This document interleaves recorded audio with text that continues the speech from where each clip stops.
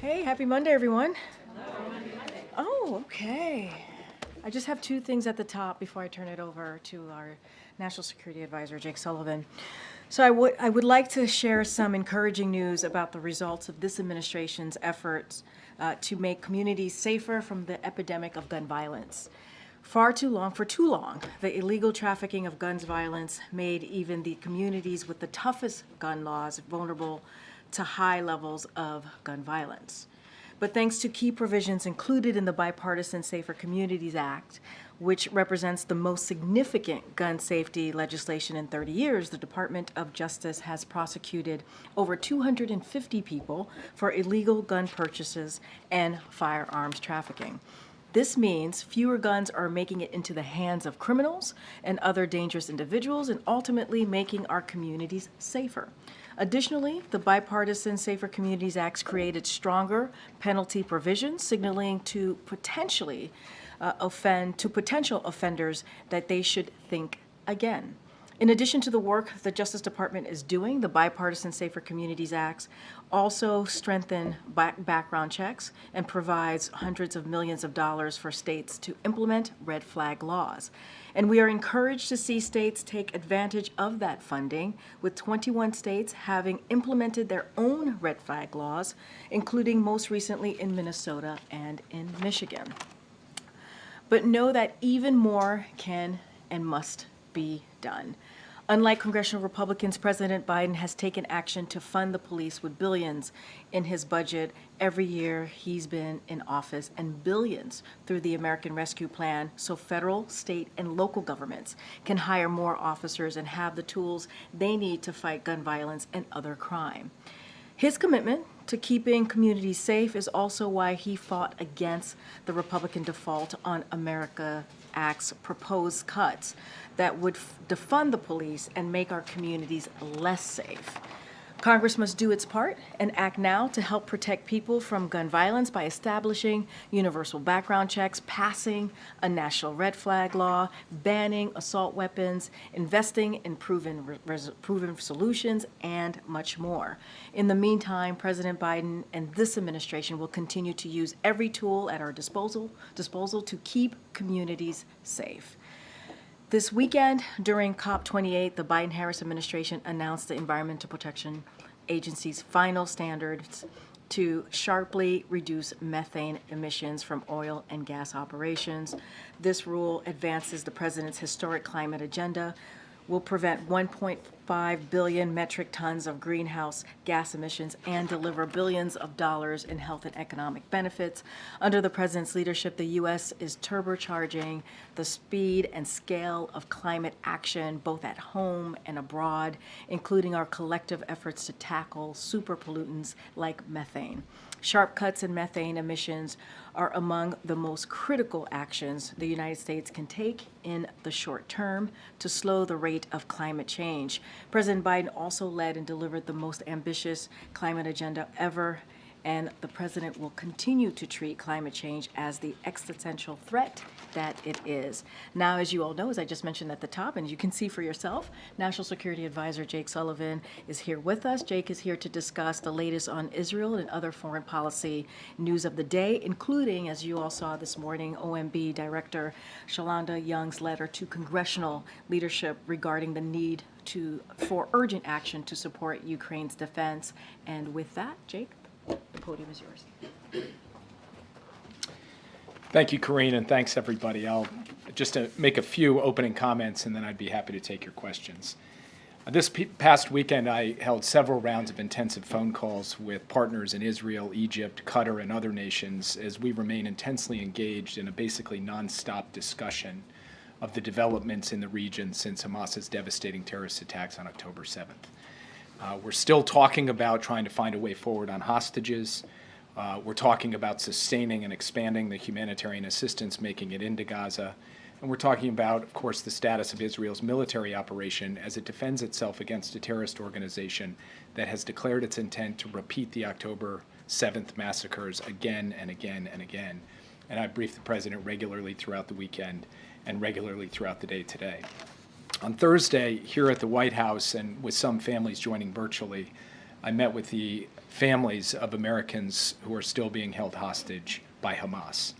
It was my second such meeting by myself. I also joined the president's meeting with the families, and I can tell you it has not gotten any easier. What these families are going through is gut-wrenching, it's heart-wrenching, and it's unimaginable, unthinkable for any of us. We continue to do everything in our power under the president's leadership and guidance with his direct involvement and participation to try to bring all of these Americans home, as well as all of the hostages, and we will not rest until we have succeeded in doing so. The President and I, along with Secretary Blinken and Director Burns, will stay in touch with our Israeli and Qatari counterparts, as well as our Egyptian counterparts, to press Hamas on this issue.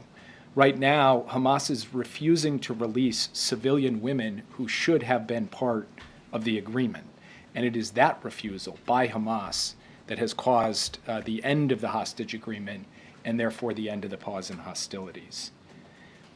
Since October 7th, we have also worked very hard on the humanitarian assistance front. We've announced $100 million for the Palestinian people, including through UNRWA and other UN agencies, as well as other humanitarian actors. And we call on the international community again today to fulfill the UN's flash appeal. We're working really on trying to overcome remaining obstacles to increasing and sustaining the flow of humanitarian assistance to innocent Palestinians in Gaza. Secretary Blinken made this a major focus of his trip to the region this week, and we will continue to do everything we can directly from the United States to flow assistance into the region. Last week, we had a successful airlift, U.S. airlift, of over 54,000 pounds of medical items and food aid for delivery to the civilians in Gaza. And that's the first for a number of planned deliveries that will take place over the course of the coming days. Beyond what's happening immediately in Israel and Gaza, of course, there are developments in the region more broadly. This past weekend saw 4 attacks against 3 separate commercial vessels operating in international waters in the southern Red Sea. 3 vessels that are connected to 14 different nations, which goes to show you the extent to which this is truly a source of global concern and a threat to international peace and stability. As DoD has relayed, the Arleigh Burke-class destroyer USS Karine responded to the distress calls from these ships and provided assistance. In doing so, it detected 3 UAVs at 3 different times heading in its direction, and it took action against all 3 of those UAVs. As CENTCOM reported this weekend, we cannot assess at this time whether the Karine was a target, but the Karine took prudent action in taking down those 3 UAVs. And we will continue, as we go forward, to consult very closely with allies and partners to determine and take all appropriate responses. We have every reason to believe that these attacks, while they were launched by the Houthis in Yemen, were fully enabled by Iran. On Ukraine, as you've all seen, earlier today, OMB Director Shalanda Young sent a letter to congressional leaders, which Karine was just referencing, explaining that without congressional action, the administration will run out of resources by the end of the year to procure more weapons and equipment for Ukraine and to provide equipment from U.S. military stocks without impacting our own military readiness. The resources Congress has provided for Ukraine and other national security needs have halted Russia's advances in Ukraine, helped Ukraine achieve significant military victories, including taking back more than 50% of the territory that Russia had previously occupied, and by revitalizing our own defense industrial base, jumpstarting and expanding production lines, and supporting good-paying jobs across the country. Now it's up to Congress. Congress has to decide whether to continue to support the fight for freedom in Ukraine as part of the 50-nation coalition that President Biden has built, or whether Congress will ignore the lessons we've learned from history and let Putin prevail. It is that simple, it is that stark a choice, and we hope that Congress, on a bipartisan basis, will make the right choice. There is no magical pot of funding available to meet this moment. As Director Young said, we're running out of money, and we are nearly out of time. Congress has to act now to take up the President's supplemental request, which advances our own national security and helps a democratic partner in Ukraine fight against Russian aggression. Finally, as Karine was just describing and talking through the achievements we've made on methane, Vice President Harris traveled this weekend to Dubai for COP28. and she delivered the advancing our efforts to reduce greenhouse gas emissions, support adaptation, and boost climate resilience. As a result of President Biden's leadership since he took office, the United States is once again leading the world in responding in an urgent and sustained basis to the climate crisis.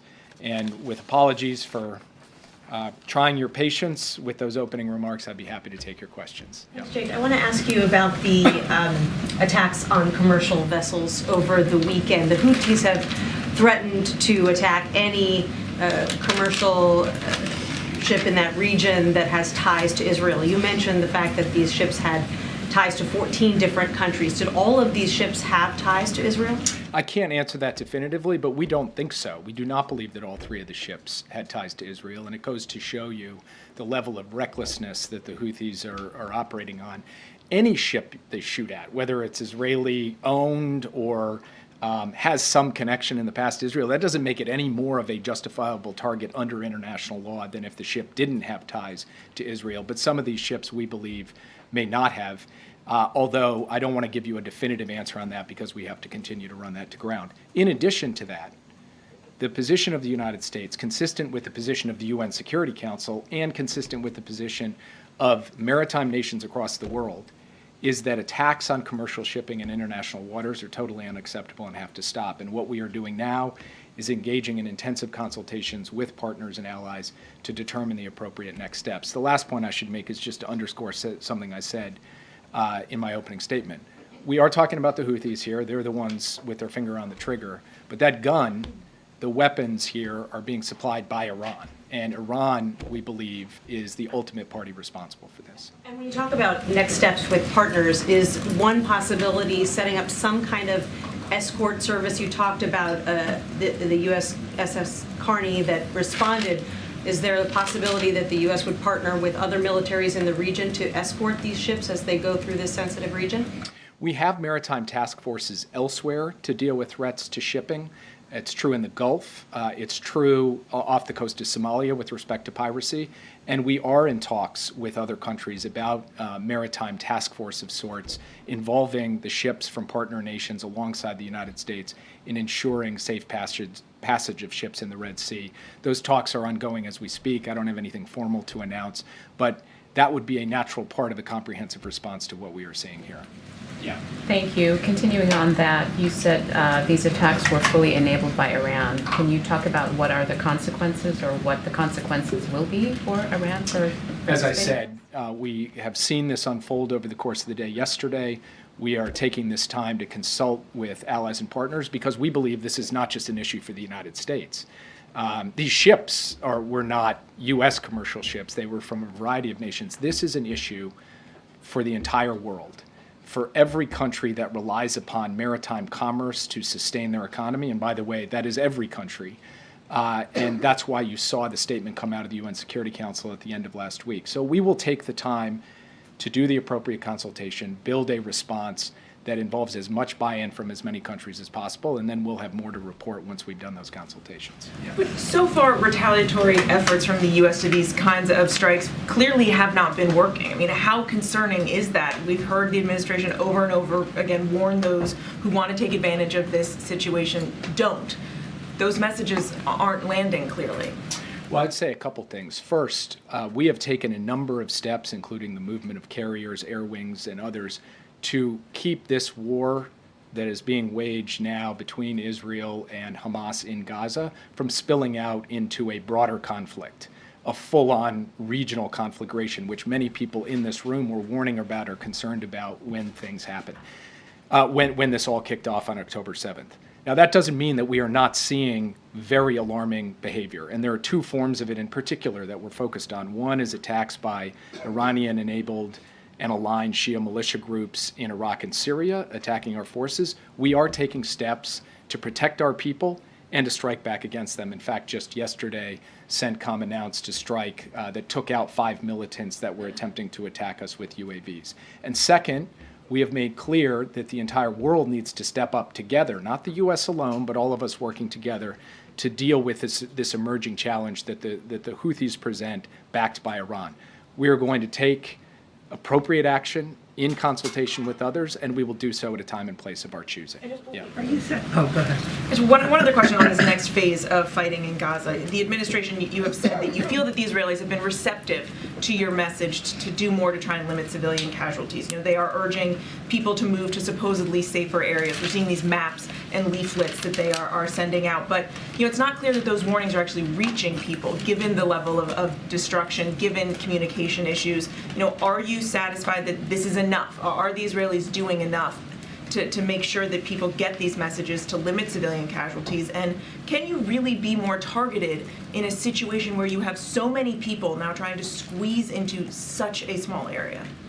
Well, first, the pause ended on Friday. It's Monday. And over the course of the weekend, we've seen basically 48 to 72 hours of activity. So it's too soon for me to sit here and tell you that I'm going to pass some comprehensive judgment. What I'm going to do instead is what I did earlier today. I'm going to talk to my Israeli counterparts about what they are doing to target Hamas and what they are doing to try to protect civilians. Now, as you noted, they have actually taken the quite unusual step for a modern military and identified precisely the area that they intend to have ground maneuver. And they have asked the people in that area to move out. Now, combined with that, we are working very hard to ensure a sustained flow of humanitarian assistance in through the Rafah border crossing so that as people leave these areas, there is food, water, medicine, shelter for them to be able to avail themselves of. But it's a dynamic situation, and we will keep watching and keep measuring day by day and stay in persistent contact with the Israelis as we reinforce the basic point. They have every right to go after the Hamas terrorists who committed this brutal massacre on October 7th and who continue to fire rockets just in the last hours at civilian areas in Israel. But they also have a responsibility to try to protect civilians. These are the kinds of steps that we have asked them to undertake. These are the conversations we're having day in, day out. And I'll keep coming back to this podium to report on those developments as we go. But I'm not going to sit here on Monday and pass some kind of comprehensive judgment. Yeah. Do you, I want to ask a question about Ukraine. Are you saying that any member of Congress who votes against aid to Ukraine is voting for Putin? I believe that any member of Congress who does not support funding for Ukraine is voting for an outcome that will make it easier for Putin to prevail.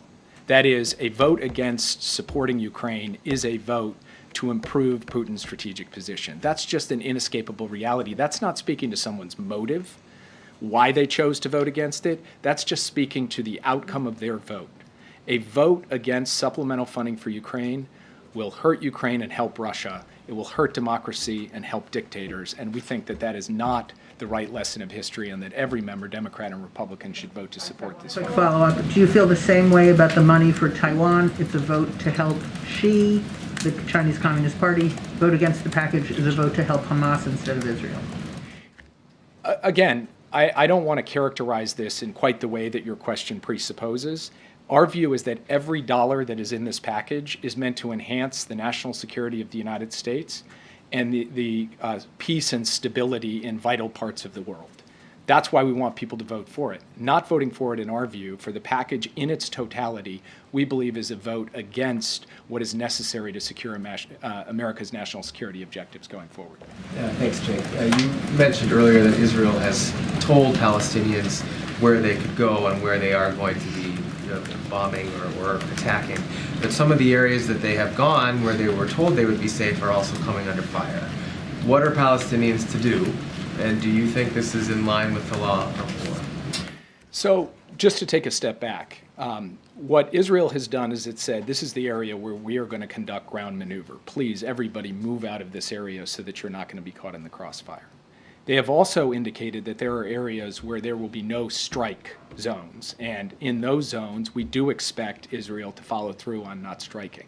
There are other areas in the south that Hamas continues to occupy with military infrastructure where targeted, precise strikes are part of Israel's ongoing military operations. So the real question is, how do you, on the one hand, allow a sovereign nation like Israel to go after terrorist targets, while on the other hand, have them do so in a way that minimizes the harm to civilians? And that's really where the rubber hits the road in all of this. But fundamentally, we have laid out our expectation that in the areas that Israel has asked people to go, that it ensure the safety and security of civilians and that it do so in the conduct of its military operations, and that it do so in the facilitation of humanitarian assistance getting to them. You were talking this weekend, the Vice President was talking this weekend about the end game and what happens to Gaza afterwards.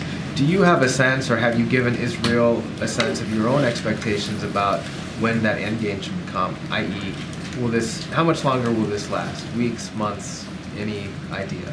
We have had conversations about the duration. I think, particularly given the sensitivity of this military operation, it wouldn't be wise for me to lay that out in public for all of you, but it is a topic of conversation that we're having with Israel. Yeah. Thank you, Jake. Just first on the hostages, given that the formal talks in Doha have stalled, is there any possibility right now that the White House is contemplating that would try to secure the release of the dual American citizens separately from the talks that have been going on? There are still intensive discussions among us, Israel, Qatar, and Egypt about how to best get traction on a strategy that will get all the hostages out. But of course, for the United States, the paramount priority is getting the American hostages out.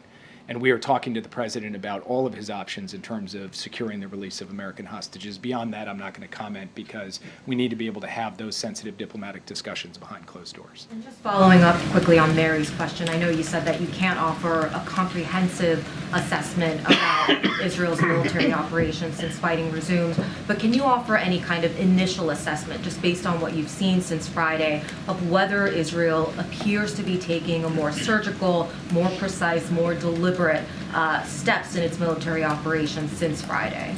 Here's what I will say, because characterizing, like offering qualitative judgments like more this, less that, is just something I'm going to be very hesitant about doing. What I would prefer to do is just state facts as I see them. And the facts that I see over the course of the past few days are that Israel has identified a very specific area, has asked people to leave that area. Israel has actually coordinated the commencement of its military operations on the ground in the south with that kind of notification. Now, what I can't judge is how many of the people in that area as of right now have received that communication, because I'm not on the ground, so I don't know that.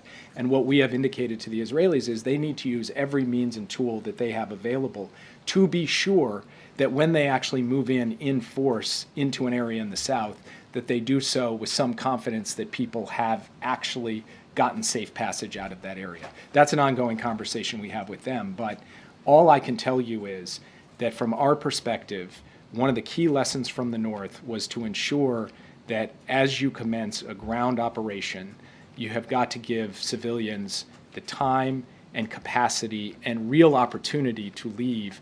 That is our position. That's what we intend to continue to reinforce privately and are happy to share publicly, because we think that that's basic, that's the right thing to do. It's also the most effective way to actually see this whole operation through. You're saying you won't make qualitative judgments, but other senior officials have done that in recent days, right? Talking about the operations that were focused in northern Gaza, talking about Israel heeding advice based on U.S.'s previous operations, experience with urban warfare. So there does seem to be, we have heard that kind of judgment from other officials in the past, right? Well, what you've heard, and you've heard it from me too, is the basic proposition that one innocent civilian killed is too many, and too many innocent civilians have died in this conflict. The Vice President has said that, Secretary Blinken has said that, I have said that. So that's a truth that does not require a kind of judgment that parses a particular act in a particular location.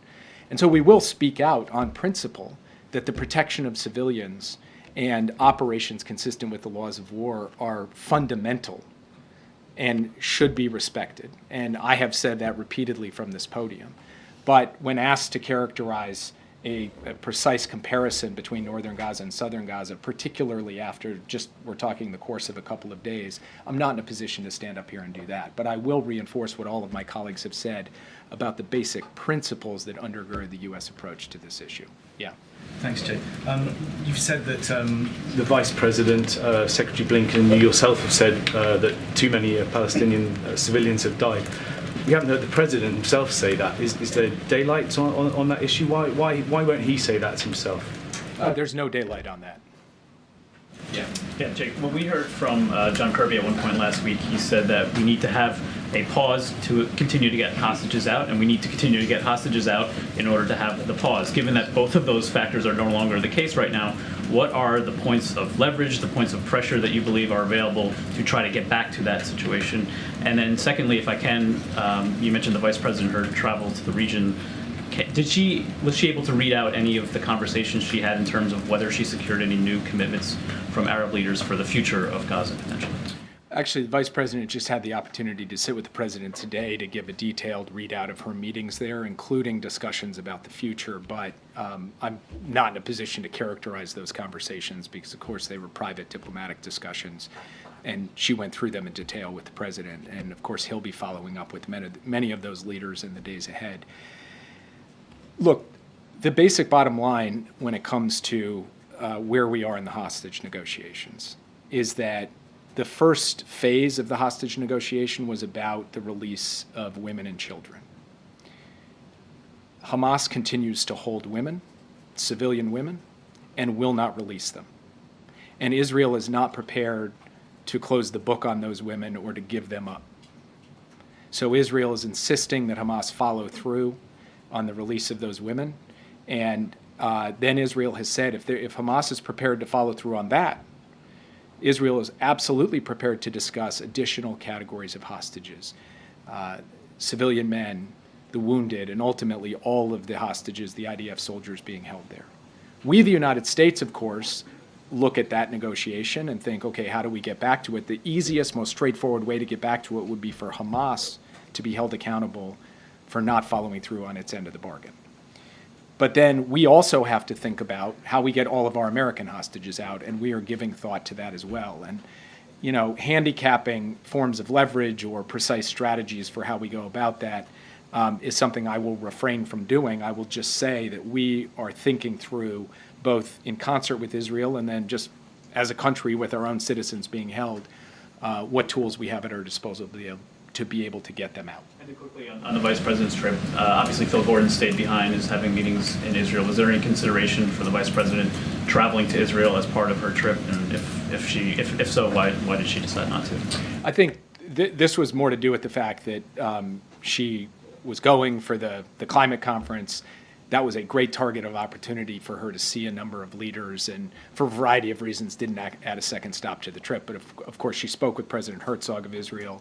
She will stay in close touch with Israeli leaders, and I fully anticipate at some point in the months ahead she'll make her own trip to Israel, but would refer you to her office for that. And part of the reason that she wanted Phil to go was so that he could read out in detail everything that she had learned on her travels to Dubai.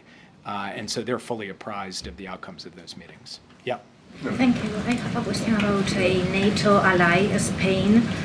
Some officials from the Spanish intelligence service are under investigation for leaking Spanish secrets to the U.S. Are you aware of this investigation or of any feedback from Spain, any disappointment for the Spanish government? I have no comment on that report today. Yeah. About the Middle East, can you tell us what kind of weapons is the U.S. sending to Israel since the October 7th attack? Some media reports talk about 15,000 bombs, some of them very large. Is this accurate? So on the precise numbers, I'd refer you to the Defense Department. They would be in the best position to be able to lay out the provision of security assistance since October 7th. Yeah. Two questions, if I may, Jake. First, as you look at post-conflict Gaza planning, are you optimistic that you can get buy-in from Arab country partners on refugee resettlement? And second, if I may, on the Ukraine aid, is the president personally getting involved yet with calls to those up on the Hill, or is that something that you feel will come later? The president has spoken to leaders on the Hill in the course of the past couple of weeks on the supplemental. He will continue to do so as necessary. As you know, he's quite hands-on when it comes to dealing with the Hill, particularly on a national security priority like this. And I wasn't sure I understood your first question. What are you referring to on, what do you mean by refugee resettlement? Look at post-conflict Gaza. I mean, obviously there's going to have to be a lot of talks on refugee resettlement with other countries that might be involved. I mean, are you looking at that with optimism that these partners will follow through on things that you can all agree on? You mean resettling Palestinians from Gaza to their countries? That's what you're referring to? We're not in active talks with countries about resettling Palestinians out of Gaza into other countries at this time. Yeah. Thank you so much.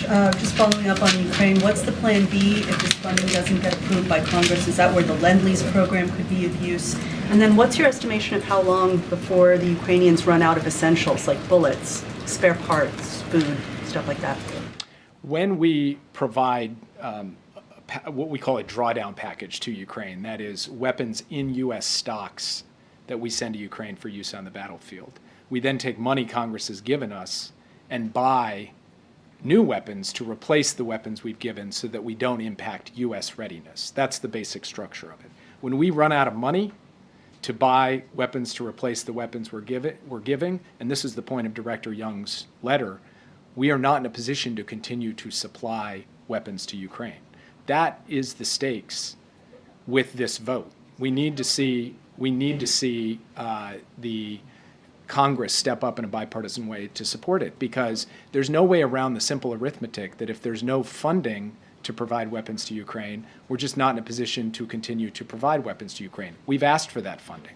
We've received that funding in multiple rounds since the war began in February of 2022, and we have put it to quite remarkable use, saving Kyiv, saving Kherson, winning back, or saving Kharkiv, winning back Kherson, allowing Ukraine, enabling Ukraine to retake 50% of the territory that was taken, and saving that entire country from being dominated by Russia. So at this point, it's a pretty simple choice. The Congress has got to step up and provide the funding, because in the absence of that, as Director Young put it, there's not a magical pot of money out there that we can go dip into that we have been hiding off in the corner. It's straightforward. Congress has got to provide the funding, or the United States cannot continue to support Ukraine. We will continue to try to rally others to do so, but others looking at us and saying, you're not giving the money, it undermines the case that we can make to the broad-based international coalition that we have pulled together. Now, the good news is a very strong majority of both Democrats and Republicans support giving this aid, and so there is no earthly reason why it shouldn't be put to a vote in the House and the Senate. And if it were put to a vote in the House and the Senate, you'd see overwhelming bipartisan support for providing this funding. Yeah. Why is Hamas refusing to release the civilian women, in your opinion? I'm not going to speculate on that, only to say that they haven't done it, and only to say we're gravely concerned about that, but I'm not going to speculate as to their reasoning. Yeah, go ahead. The United States is provide Israel with laser-guided missiles. Yet many residential areas have been flattened. Many bombs being dropped on Gaza more than being dropped on Ukraine during the entire war. Does the United States monitor how the weapons are being used? And if not, why not? Also, Arab foreign minister is going to be in D.C. next week. They call for a ceasefire. You disagree on that. What message do you have for them, and where do you agree and disagree with them on how to go forward? Well, first, our Defense Department and the Israeli Defense Forces are in constant communication about the scope and nature of Israel's military operations. That's a conversation that happens at every level, and it involves the way in which U.S. assistance is deployed in this conflict. With respect to the Arabs, the Arab foreign ministers who are coming here in the coming days, there's a lot we agree on about the long-term vision and the work that we can all do together to come out of this conflict in a way that produces greater peace and prosperity for all of the countries in the region, and produces a political horizon for the Palestinian people rooted in the two-state solution.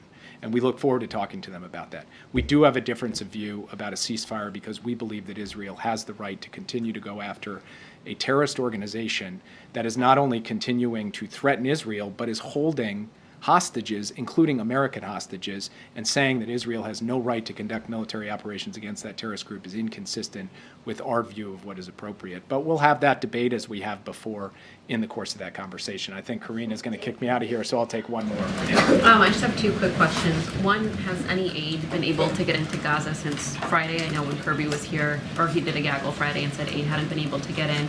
And if you could just clarify whether the task force that you're talking about in the Red Sea is a new one or one that already operates in the region? So on the first question, yes, the answer is yes. Trucks have been flowing into Gaza. We'll try to get you the precise numbers over the course of the past couple of days. But the Rafah crossing is open. Aid is moving in. And our goal is to sustain that and increase it over time. And I was on the phone today with my Israeli colleagues talking to them about ways to get that throughput up above where it is.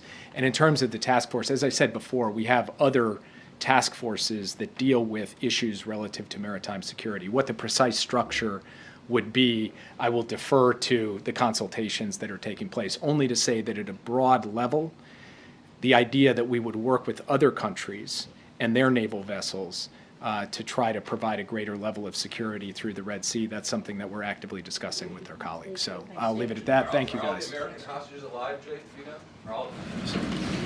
Thanks, Jake. All right. Let's see how we do. Darlene, it's good to see you. Haven't seen you in a while. Thank you. 2 quick questions. What is the reaction here to the collapse of the border talks over the weekend? You know, that is supposed to unlock money for Ukraine. You're getting to the end of the road on Ukraine, so what is the view here on what happened over the weekend with the breakdown in those talks? So look, we've been pretty consistent and are not going to get into the hypotheticals or specifics of the conversations happening in Congress. We're going to let congressional members, senators have those conversations. I can say that as we've done with many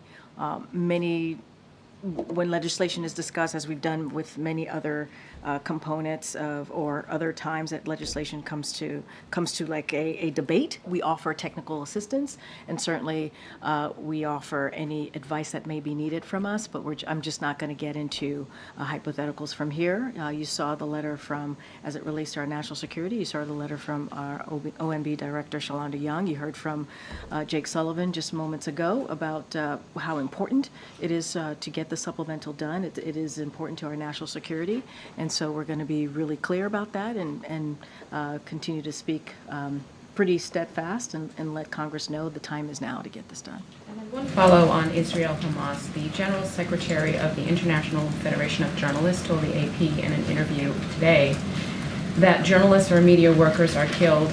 One is killed every day on average in the war, making it a conflict beyond compared to any other. At least 60 journalists have been killed since October 7th, most of them Palestinians. So my question is as the U.S. urges Israel to minimize the deaths of Palestinian civilians, is there a similar emphasis that's placed on sparing journalists from being caught in the crossfire? I mean, I just want to be clear, I haven't seen this interview, so I want to be really clear about that, but obviously the making sure that journalists who are really important on the ground and reporting on what's happening on the ground and making sure that they're protected and able to do that is critical. It's important.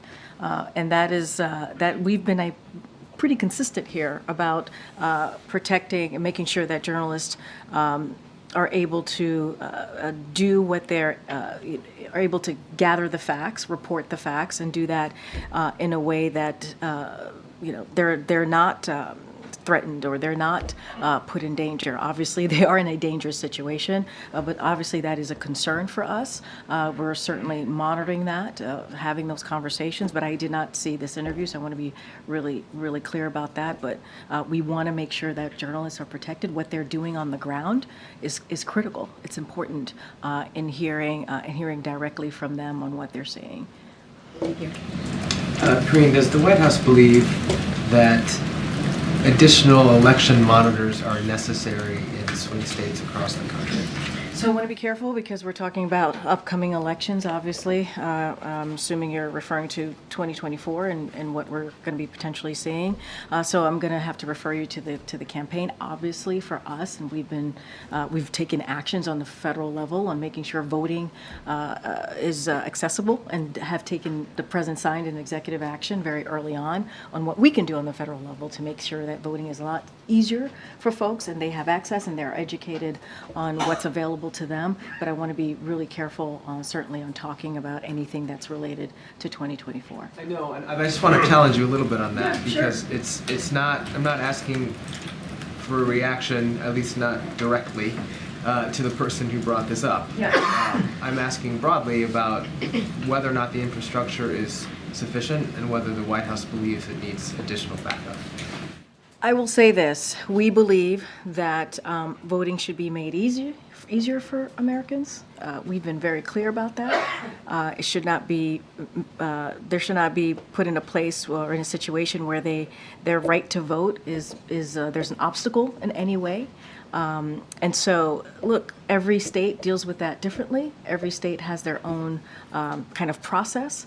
So certainly not going to preempt that and talk about what states are doing or what that may look like for any of these battleground states that certainly are going to be focused on by all of you next year. I just want to be super, super careful on how I speak to anything that's related to 2024. So I'm just being incredibly mindful here. Just on the funding for Ukraine and Israel, given that the impasse right now seems to be over border issues, can you speak a little bit about what the White House is and isn't willing to support on that issue specifically? I'm just not going to negotiate from here, not going to get into any policy specifics or provisions or whatever is being discussed as it relates to that in the Senate. I'm just going to let them have those conversations. I'm just not going to lay out what we will accept or not accept. I'm just going to let them deal with the process on the other side of Pennsylvania. Back on the supplemental and this letter from the OMB director, Speaker Johnson is responding, saying that the administration, still failed to address their concerns about a lack of a clear strategy in Ukraine, saying there hasn't been a plan for adequately ensuring accountability. Just your response to the speaker, and also can you sort of describe the outreach that's going on right now between the White House and members of Congress just to try and shore up support on the Hill for this? So you just heard Jake said that in the last couple of weeks, this president has been certainly engaged with members and certainly leaders on the Hill. We don't obviously read out every conversation that he has. And we have said for many weeks, many months now, that when you think about our Office of Legislative Affairs and other folks here at the White House have been in regular contact, right, with folks on the Hill. I'm always very careful on not predicting either congressional votes or either policies or getting into negotiations from here. I think the Director Young's letter today was really clear, was very specific on the importance of this letter, of this funding for Ukraine, why it's important. I think when Jake Sullivan was here, he talked about what we've seen in the past almost 2 years in Ukraine and what's been able to happen, how Ukraine has been able to really fight for their freedom. What we thought, the first couple days into the war, we thought Kyiv was going to be taken right away, and they've been able to protect more than 50% of their land, as Jake stated very clearly here. And so I think it's important when you think about Putin, you think about tyranny, you think about what they're fighting against, the tyranny, terrorism, a dictator, right? All of those things. We think about both Israel and Ukraine, and that is important. That is important that our leadership continue in helping Ukraine fight for their freedom. And last year around this time, President Zelensky came to Washington. Is there any consideration for him to maybe pay another visit to make the case to Congress for this continued funding? I would refer you to Zelensky and his team. It's not something that I can speak from here. I don't have anything to read out. Like to see. I don't have anything that I can read out. Obviously, we are in regular communication with President Zelensky and his team, as we have been for almost 2 years now. I just don't have anything, more than 2 years actually, since before the war. I just don't have anything to share at this time. Thank you, Karine. In 2021, President Biden called Georgia's election law changes new Jim Crow laws that were antithetical to who we are. They imposed voter identification requirements, limited use of drop boxes, and gave state officials more power over local elections. And then in 2022, Georgia did have record turnout, but you had argued from the podium that there was voter suppression. Does the White House still believe that that was true? I don't have anything else to add from what I stated last time. So does the Florida party then effectively canceling the Democratic primary also constitute voter suppression? I can't speak to that. Why not? You have to speak to the campaign or the DNC. Does the White House have any thoughts on those voters being? I can't speak to that. Has project, or? You're talking about 2024 election, you're talking about a primary, I'm just not going to speak to that from here. Okay, and then can I get the White House's response to Congresswoman Jayapal's comments over the weekend? In her interview, she said sexual violence should be condemned, but that we have to be balanced in our condemnation. Was that an appropriate comment? Look, so we've been very, very clear. You heard a little bit from Jake Sullivan about this. I can only speak for the president. That's who I can speak for, and we've been clear. What Hamas did is absolutely reprehensible, and full stop. We're going to continue to be clear about that. And when you think about rape and the use of rape as being used as a weapon, that is also reprehensible, and that's full stop. And I'll just leave it there. And I'm speaking for the President of the United States, so I think I've been very clear on that. Any comment, though, for Congresswoman Jayapal? I just commented on it. I just laid out what we believe is unacceptable. Thanks, Karine. I know you said you don't want to negotiate from the podium, but I want to ask you about some reporting we had this weekend about the border talks linking to Ukraine funding on Capitol Hill. One of the factors we're told that has made this so difficult for the Democratic negotiators is the view of Republicans as part of the negotiations that the White House is, in their words, so desperate for this Ukraine funding that they are willing to accept positions on asylum, for instance, that they otherwise would not have put on the table at this point. I'm wondering if you could respond to that characterization that the White House is so desperate for this Ukraine aid that it's considering immigration changes that would not necessarily pass muster with other Democrats. I mean, let's be really clear. It's not desperation making sure that we continue to support Ukraine in their fight against tyranny. That is not desperation. That is the right thing to do. That is what we've been doing for almost 2 years now, making sure that Ukraine and the people of Ukraine have what they need, have the security assistance that they need to fight this war that was started, aggressive war that was started by Mr. Putin. There is nothing desperate about that. It is the right thing to do. Now, as it relates to borders, border security, this is the president from day one that has taken this issue very seriously. You've heard me say over and over again, when on this first day in administration, he introduced a comprehensive immigration law, And it's been 3 years. And guess what? Congress has failed to act. They have failed to act. And what they continue to do is behave as if, the security of our border, as if it's political football. That's what they have done. The president has made sure that he's used enforcement, deterrence, and diplomacy to deal with this issue. And so, I'll just have to restate this. There is nothing desperate about making sure the people of Ukraine who are under attack by Mr. Putin, have what they need to fight for their freedom, to fight for their democracy. Okay. Another question, another issue. Many Jewish Americans this week will begin celebrating Hanukkah, and we've already seen some jurisdictions have had to alter or in some cases cancel what used to be public celebrations of this holiday. Does the White House, does the administration have any evidence or concern about the safety of some of these demonstrations? And I also wonder if you could talk about what the White House's plans are to mark the holiday and if that's been impacted by the war. That's a very good question. Obviously, over the past couple of weeks, since this war started, we have seen the increase of anti-Semitism, and we understand the fear that people in the Jewish community must be feeling right now, which is why we have taken action to do everything that we can to make sure that people in that community feel protected. And so that's what we're going to continue to do. I don't have any specifics to lay out as we get closer to the holiday, but obviously we have seen an uptick in anti-Semitism. We have seen an uptick in hate, just more broadly in different communities, obviously, also in the Muslim community. And so we will do everything that we can to make sure that these communities feel safe. What is the president's message to immigration advocates who, just to follow up on that question, who are worried that the president could give up too much in order to secure aid to Ukraine. So I'm just not going to get into hypotheticals from here.